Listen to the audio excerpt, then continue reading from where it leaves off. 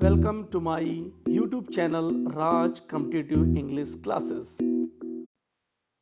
Hello students, कल मैंने आपको जो है एक वीडियो सेंड किया था ऑन हिज ब्लाइंडनेस के बारे में। जॉन मिल्टन की मैंने बायोग्राफी बताई थी और आज मैं जो है इसी पोएम को मैं बता रहा हूँ आपको। ऑन हिज ब्लाइंडनेस के बारे में ऑलरेडी मैं इनकी बायोग्राफी बता चुका हूँ, लेकिन फिर भी आज मैं इसका जो पार्ट 2 डाल रहा हूँ, तो मैंने इसे थोड़ा सा आपको फ्लैशबैक में ले जाने के लिए प्रयास किया है। फिर मैं इसका मीन्स बताता हूँ आज। और नेक्स्ट वीडियो जो होगा मेरा वो सेंट्रल आइडिया और रेफरेंस कॉन्टेक्स्ट और एक्सप्लेनेशन का होगा। देखिए क्या है ऑन हिज ब्लाइंडनेस, ये जो है इनकी पर्सनल सोनेट है और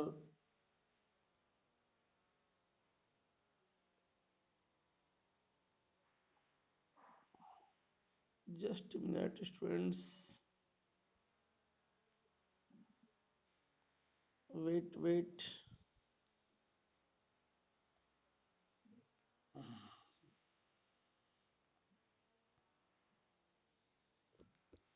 हाँ, ऑन द ब्लाइंडनेस की जो है ये पर्सनल सोनेट है और इसको जो है जॉन मिल्टन जी ने लिखा है। इनका जो बॉर्न हुआ है वो 1608 में हुआ है, 1608 में हुआ है। और ये जो इनकी डेथ हुई है 1674 में हुई है। ये लिखा है John Milton was born on December 9 and 1608 in London. 9 दिसंबर 1608 में लंदन में पैदा हुए थे। और इनकी जो एजुकेशन रही, अर्ली एजुकेशन, वो सेंट पॉल स्कूल में रही। और उसके बाद इन्होंने बीए की जो डिग्री ली वो क्राइस्ट कॉलेज से लिया इन्होंने। और एमए की जो डिग्री जो थी वो कैम्ब्रिज यूनिवर्सिटी से इन्होंने लिया है। उसके बाद जो है इसी बीच में 1652 में जब इनकी एज लगभग 44 थी तो ये अंधे हो गए। क्यों अंधे हो गए स्टूडेंट? क्योंकि ये काफ़ी, आपको मैंने पहले वीडियो में डाल चुका हूँ कि ये कंटिन्यू स्टडी करते थे लैंप से, लगातार बड़े बड़े इपिक लिख रहे थे। और इन्होंने जो है बहुत मेहनत की हर एक रचनाओं को लिखने के बारे में। इसलिए इस वजह से जो है ये इनकी आंखों पर इफेक्ट पड़ता गया। डॉक्टर ने इनको वार्न भी किया था लेकिन इन्होंने इसको ध्यान नहीं दिया और इस वजह से जो है इनकी आंखें अंधी हो गई। जब ये अंधे हो जाते हैं तब ये काफ़ी दुखी होते हैं और उसी के बाद ये पोयम लिखी गई है ऑन हिज ब्लाइंडनेस। अब मैं इसका जो है पार्ट ले चलता हूँ नेक्स्ट पार्ट के लिए।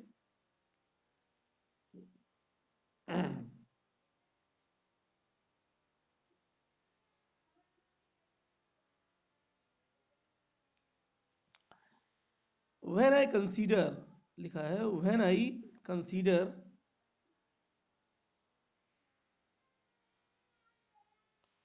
When I consider how my light is spent. I means मैं, कंसीडर मीन्स होता है सोचना, और लाइट यहाँ पर आंखों की रोशनी से है और स्पेंट का मतलब रोशनी के चले जाने से है। कभी कहता जब मैं सोचता हूँ, व्हेन आई कंसीडर, जब मैं सोचता हूँ how my light is spent, कि मेरी आंखों की रोशनी चली गई है। जब मैं सोचता हूँ कि मेरी आंखों की रोशनी चली गई है। इरी जो आया है, इरी जो आया वर्ड, इसका मतलब होता है before. Half my day, eri half my days, मेरी आधी उम्र से पहले ही। यानी कि व्यक्ति की एक एवरेज लाइफ जो होती है वो 100 ईयर्स होती है और उसका जस्ट हाफ 50 ईयर्स होता है। और मैं 50 से पहले ही, जिसमें पहले बता चुका हूँ, 44 में ही हमारा पोएट अंधा हो जाता है। इसीलिए उन्होंने कहा है कि व्हेन आई कंसीडर, जब मैं सोचता हूँ how my light is spreading, मेरी आंखों की रोशनी चली गई है, इन हाफ माई डेज, मेरी आधी उम्र से पहले ही, in this dark world and wide, और इस गहरे घने अंधकार में और व्यापक संसार में, यानी कि इस अंधकारपूर्ण और बहुत व्यापक संसार में मेरी आंखों की जो रोशनी थी वो आधी उम्र से पहले ही चली गई है। जब मैं इस बात को सोचता हूँ तो बहुत मुझे दुख होता है। एंड दैट वन टैलेंट, यहाँ पर जो वर्ड आया टैलेंट, टैलेंट का मतलब यहाँ पर है स्टूडेंट्स पोएट्री से है।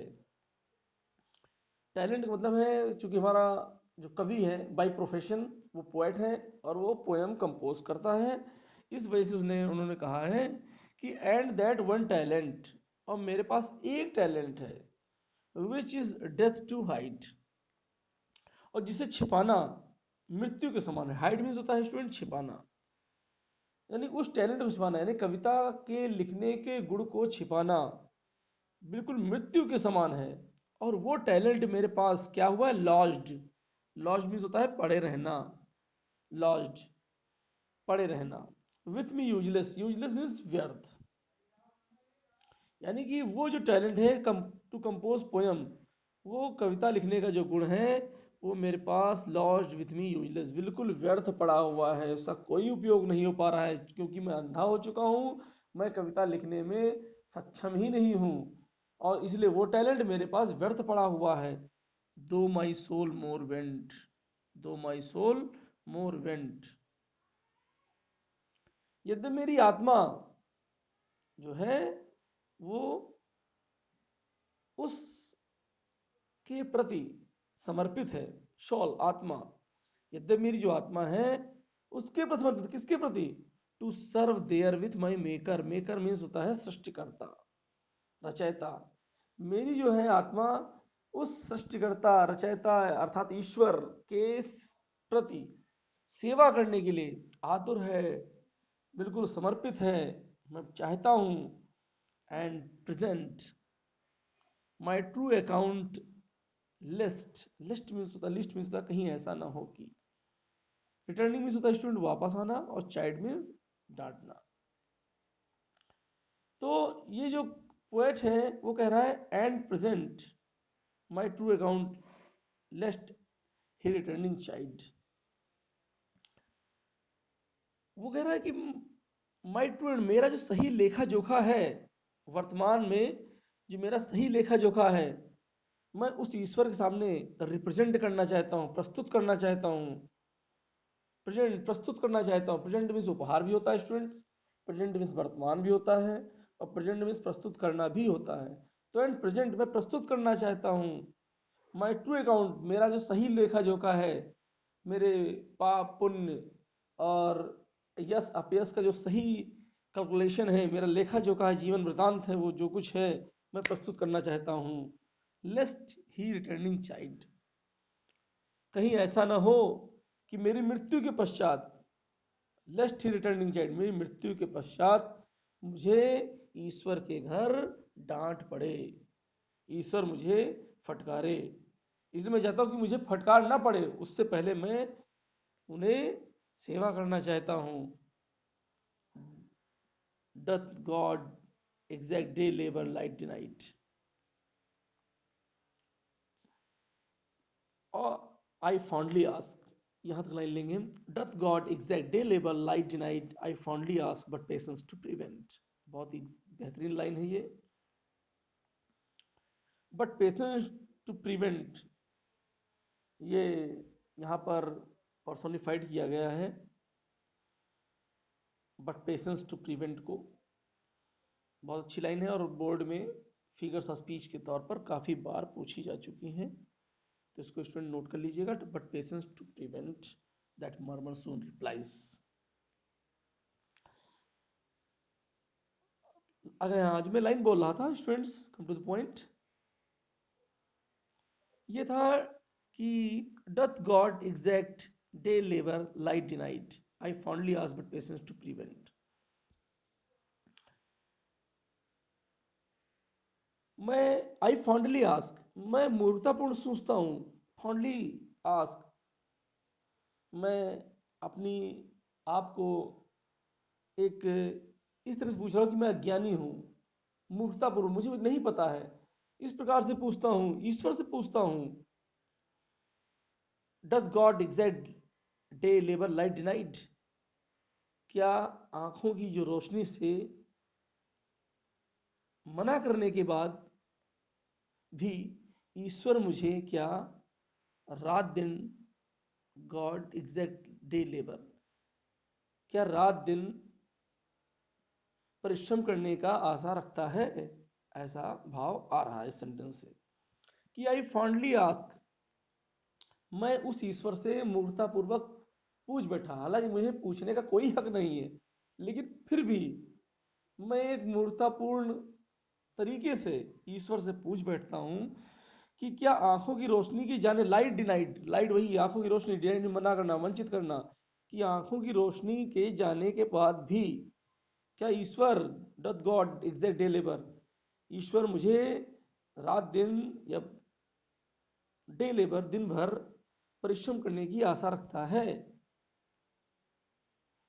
बट पेशेंस, लेकिन धैर्य ने टू प्रिवेंट, रोका, मेरे धैर्य ने मुझको रोका।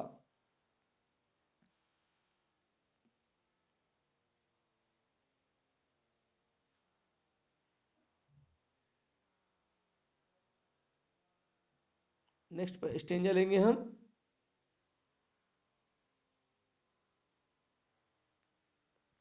बट पेशेंस, धैर्य ने, प्रिवेंट मीन्स होता है स्टॉप, रोकना, धैर्य ने मुझको रोका। दैट मर्मर सून रिप्लाइज, तभी मेरी बड़बड़ाहट जो है रोकने के लिए, यानी जब मेरे धैर्य ने मुझको रोका तो मेरी अंदर की जो बड़बड़ाहट थी वो, उसने सून रिप्लाई, शीघ्र उत्तर दिया। God doth not need either man's work or his own gifts, God doth not need, ईश्वर को ना तो मनुष्य के द्वारा किए हुए किसी कार्य की आवश्यकता होती है। God doth not need either man's work, यानी ईश्वर को आवश्यकता नहीं होती है क्या, आइदर मैन्स वर्क, किसी भी मनुष्य के कार्य की, यानी कि मनुष्य के द्वारा किए गए कार्य की आवश्यकता जो है नहीं होती है। आर हिज ओन गिफ्ट, ना ही किसी उपहार की, यानी कि ईश्वर को किसी उपहार की आवश्यकता नहीं होती है और वो कुछ चाहता नहीं है। Who best bear his mild job, who best bear his mild job to serve him best, वो ईश्वर चाहता क्या है, वो आपसे इसके बदले में who bear, who best bear his mild yoke, ईश्वर की जो है, ईश्वर अपने उपहार के बदले कुछ चाहता है। Who bear, who best bear his mild yoke. Okay students, mild का मतलब होता है स्टूडेंट हल्का, और वैसे तो यॉग का जो प्रॉपर मीनिंग है वो होता है, जो बैल होते हैं, बैल में आगे एक लकड़ी का स्ट्रक्चर लगा होता है, उसे यॉक बोलते हैं। लेकिन यहाँ पर जो सेंस आएगा इस पोएम का, पोएटिक सेंस आएगा, वो होता है कष्ट से रहना, अर्थात मुसीबत, बहुत थोड़ा संघर्ष झेलते हुए। तो who best bear his mild, जो ईश्वर की मधुरता के साथ, प्रेम के साथ उस कष्ट को, मुसीबत को झेल जाता है, दे सर्व हिम बेस्ट, वही जो है सच्ची सेवा कर पाता है। यानी कि ईश्वर की सच्ची सेवा ही वही व्यक्ति कर पाते हैं जो सही मायने में सब प्रकार से कष्टों को झेल जाते हैं या झेल लेते हैं। हिज स्टेट इज किंगली, ये पैरा जो स्टूडेंट यहाँ से लिया गया है, ये बोर्ड में कितनी बार पूछा गया है कुछ कहा नहीं जा सकता है, जान लीजिए। कम से कम हर साल ऐसा कहिए, आप अनसॉल्व उठाकर देखेंगे, ये पैरा मोस्ट मोस्ट इंपॉर्टेंट है, कई बार पूछा गया, इसलिए इसको आप, इसी का हम इकलौता ऐसा ये स्टेंजा का ये अंतिम लाइनें हैं जो रेफरेंस, कॉन्टेक्स्ट, एक्सप्लेनेशन लिखेंगे इसका और लर्न करेंगे। His state is kingly, thousands at his bleeding speed, state की मतलब यहां पर है स्थिति, और बेडिंग का मतलब आज्ञा, थाउजेंड जानते ही हैं हजारों। हिज स्टेट इज किंगली, ईश्वर की जो स्थिति होती है, हिज स्टेट यानी ईश्वर की जो स्थिति होती है राजा के समान होती है, क्योंकि हम लोगों ने ईश्वर के हेवन को देखा नहीं है, लेकिन इमेजिन कर सकते हैं कि ईश्वर का जो हेवन होगा वो लगभग वैसा ही होगा जैसा हम लोगों ने पृथ्वी पर राजा के वैभव महल को देखा है, वैसा ही होगा। तो हिज स्टेट किंगली, यानी कि जो राजा की जो स्थिति होती है वैसी ही ईश्वर की स्थिति भी होती है, सेम वैसी ही होती है। Thousands at his beating speed, हजारों उसके पास नौकर चाकर होते हैं, बहुत सारे एंजल्स होते हैं, मैसेंजर होते हैं, बहुत सारे थाउजेंड्स, हजारों हजारों उसके नौकर चाकर होते हैं, मैसेंजर होते, दौड़ते रहते हैं। एंड कहाँ? And post world and, post over land and ocean without rest, and post over land and ocean without rest, धरती के ऊपर, यानी कि ईश्वर की आज्ञा पाए बिना ही वो without rest, and post over land and ocean without rest, यानी ईश्वर की आज्ञा पाए बिना ही, बिना आराम किए हुए ही वे कहीं भी जाने को तैयार रहते हैं, हर समय में उपस्थित रहने के तैयार रहते हैं, चाहे वो धरती पर हो या पृथ्वी पर हो, एंड ओशियन या महासागर में, यानी कि ईश्वर की आज्ञा पाए बिना ही, बिना आराम किए हुए ही वे देवदूत, वे मैसेंजर, वे नौकर चाकर पृथ्वी पर और महासागर में कार्य करने के लिए समर्पित रहते हैं, डिवोटेड रहते हैं। और अंतिम लाइनें फिगर्स ऑफ स्पीच के लिए पाइनेशिया हैं बिल्कुल। They also serve who only stand and wait, metaphor इस्तेमाल किया गया है। They also serve who only stand and wait,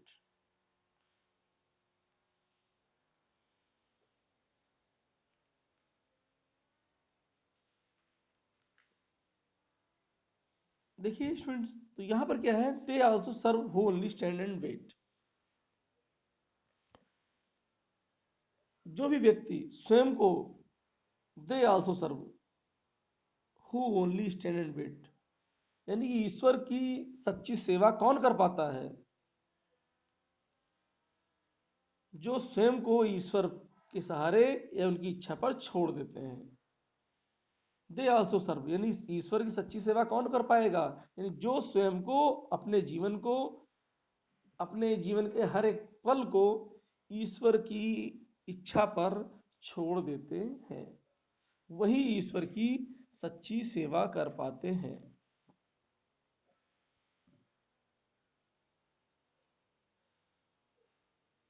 और ये they also serve only stand and wait, ये प्रोवर्बियल है, लोग इसका कोट के रूप में भी इस्तेमाल करते हैं, कोटेशन के तौर पर भी इस्तेमाल करते हैं।